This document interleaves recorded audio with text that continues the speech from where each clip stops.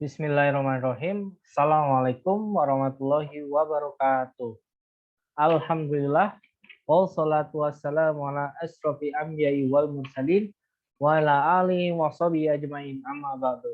Halo, kembali lagi bersama saya Aldo Fatur Rizky Hidayat.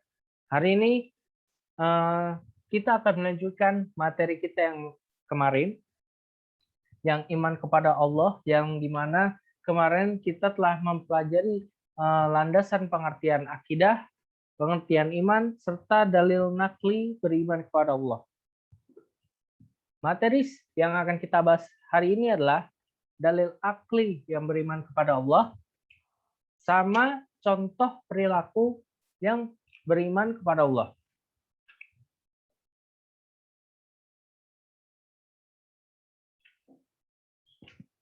Oke, dimulai dari yang pertama, saya akan menjelaskan dari dalil akli. Di sini dalil akli ini menjelaskan Allah adalah salah satu zat yang menguasai alam raya dan seisinya. Tidak ada satupun zat yang dapat menandinginya. Allah menciptakan makhluknya yang berupa benda, manusia, hewan, maupun tumbuhan, tidaklah dengan tiba-tiba. Coba perhatikan, kalian perhatikan ini seperti ini ya. Bagaimana proses penciptaan manusia yang bermula dari segumpal darah, kemudian dari biji-bijian dan berkembang menjadi semakin besar. Melihat proses penciptaan makhluk tersebut, maka Allah tentunya akan membuat manusia semakin meningkatkan keimanannya dan membuktikan bahwa tidak ada zat yang lain yang dapat menandinginya. Manusia sebagai makhluk ciptaan terbaiknya telah dibekali dengan akal, maka seharusnya manusia menggunakan akalnya dengan baik dalam memahami tanda-tanda Allah di dalam semesta ini. Nah, karena kita adalah manusia terbaik dalam ciptaannya, sudah yang tadi sudah saya jelaskan, seharusnya kita tahu perbuatan mana yang harus kita turuti dan perbuatan mana yang harus kita jauhi. Kalau sudah ditetapkan untuk sholat, kita sholat. Kalau sudah ditetapkan jangan melakukan perbuatan buruk, kita harus jauh. Karena kalau sudah dikasih yang baik, tapi kita tetap melakukan yang berburuk, itu namanya sudah tidak ada akal. Akalnya sudah hilang, tersesat namanya. Di sini saya akan menjelaskan tanda-tanda Allah yang sudah ada di alam semesta. Yaitu yang pertama adalah Al-Quran. Kenapa Al-Quran? Karena Al-Quran ini menjadi saksi sebagai penciptanya. Allah menciptakan dunia dan seisinya, alam semesta, menciptakan manusia, iblis, neraka, surga, itu semuanya disaksikan dalam Al-Quran. Al-Quran ini bukan hanya sebagai saksi, tapi juga sebagai berisikan tentang bagaimana kisah-kisah para nabi, para kitab diturunkan, para manusia yang berbuat baik dan buruk, itu semuanya ada di dalam Al-Quran. Karena Al-Quran juga sebagai peredam hati yang lagi emosi dan sebagai penyembuh. Yang kedua adalah terciptanya alam semesta dan seisinya. Sudah dijelaskan ya tadi di dalam di poin pertama bahwa Al-Quran yang dijamin sumber keberadaannya, bahwa kitab itulah menjadi saksi bahwa Allah menciptakan semesta dan seisinya. Yang ketiga adalah semua peristiwa alam yang telah terjadi.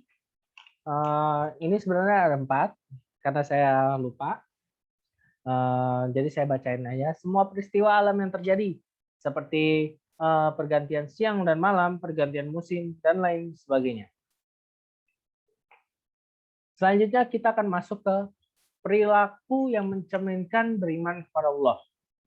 Beriman kepada Allah ini merupakan bukan sebatas meyakini akan keberadaan Allah saja, namun dicerminkan dalam perbuatan sehari-hari dalam berhubungan dengan orang lain. Sebagaimana firman Allah dalam Quran surat Al-Baqarah ayat 177 yang jelas bahwa iman kepada Allah bukan sekedar percaya saja akan ada Allah, namun dilengkapi dengan perbuatan-perbuatan dalam kehidupan sehari-hari. Jadi, percuma kita bahwa kita meyakini bahwa Allah itu ada, tapi Tapi kita tidak melakukan perbuatan yang sudah ditetapkan oleh Allah. Hal itu membuat malah Allah kecewa dan kita akan mendapat dosa. Nah, apa saja yang perilaku beriman kepada Allah itu di sini tertera poinnya ada 6. Yang pertama adalah mendirikan sholat wajib 5 waktu. Di sini adalah poin yang sederhana dalam meningkatkan iman, poin dasar meningkatkan iman kepada Allah. Kenapa? Sholat subuh, asar, zuhur, maghrib, isya. Ya seperti itulah. Mendirikan sholat wajib 5 waktu. Terutama sholat subuh. Karena sholat subuh ini manfaatnya sangat banyak. Apalagi dilanjutkan dengan sholat duha. As-sholatu khairum minan naum. Sholat itu lebih baik daripada tidur. Nah, sholat ini menjadi pondasi dasar kita untuk meningkatkan iman kepada Allah Subhanahu wa taala. Apabila sholat kita baik, maka perlakuan baik kita atau pahala kita itu akan ngikut. Apabila kita tidak menjalankan sholat, maka perbuatan buruk akan mengikuti kita. Yang kedua adalah menunaikan zakat. Zakat untuk fakir miskin tiap di bulan puasa. Saran saya bukan hanya bulan puasa saja, tapi untuk para kaum fakir miskin, terutama zakat untuk orang yang kekurangan ekonomi karena terdampak pandemi COVID ini. Yang ketiga, menepati janji. Orang sudah berjanji itu wajib kita jalankan, wajib amanah. Kenapa? Karena janji itu adalah hutang dan hutang harus dibayar. Misalkan kalian janji kepada teman untuk mengasih hadiah. Nah, itu adalah sebuah janji. Dan kalian harus menepati janji itu. Entah itu kalian mau ngasih apa atau apa, seperti makanan atau minuman. Itu apabila kalian mengasihi itu dengan tulus, itu kalian namanya telah melaksanakan menepati janji dengan baik. Yang keempat, melaksanakan puasa wajib. Nah, seperti ini. Puasa di bulan Ramadan, yang suka bolong-bolong puasanya, yang suka masih minum di siang-siang, jangan seperti itu. Karena kalau bolong sedikit, itu udah sia-sia pahala kita yang telah kita lakukan dari awal. Boleh diganti dengan hari lain, tapi saran saya adalah melaksanakan puasa wajib tanpa batal, karena pahalanya yang akan kalian kumpul itu akan banyak sekali, apalagi dengan di poin kedua ini menunaikan zakat. Poin kelima adalah menolong orang yang kesulitan. Teman kita lagi sakit, jenguk, teman kita lagi kesusahan, bantu, teman kita lagi butuh apa-apa, kita bantu. Hal ini yang membuat iman kita, rasa akhlak kita itu akan tumbuh di dalam diri kita, sehingga kita menjadi orang yang sangat bijak dan beriman kepada Allah Subhanahu wa taala. Dan Allah akan meningkatkan derajat tinggi kita. Amin. Yang keenam itu menginfakkan sebagian harta. Setiap sholat Jumat, infak, 2.000, 1.000 nggak apa-apa. Yang penting menginfakkan sebagian harta, Bu. Jangan karena seperti ini, infak 100.000, tapi ujung-ujungnya sombong. Itu nggak boleh, itu dosa.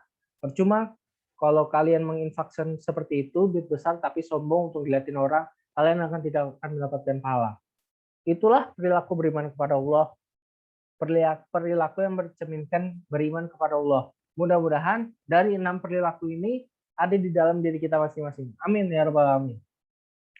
Ya, karena sudah mendekati akhir dari pelajaran, saya akan membacakan kesimpulan dari materi ini.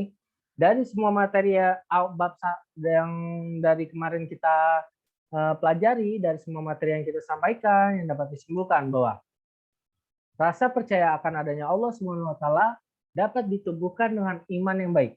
Apabila kita menjalankan suatu ibadah dengan baik, maka yang lain akan berdampak baik juga untuk kita. Dan apabila kita melakukan perbuatan buruk, maka perbuatan buruk itu akan berdampak bagi kita juga. Oke, sebelum saya itu nanti ada soal di sini, kalian jawab saja. Soalnya gampang-gampang, insya Allah kalian bisa jawab semuanya. Saranin tak usah nyontek ya, karena usaha itu tidak akan mengkhianati hasil. Ada 4 soal di sini, insya Allah kalian bisa jawab semua. Oke, itu saja materi yang dapat saya sampaikan. Apabila ada salah kata dan itu mohon maaf sebesar-besarnya, kurang lebihnya mohon maaf. Wassalamualaikum warahmatullahi wabarakatuh.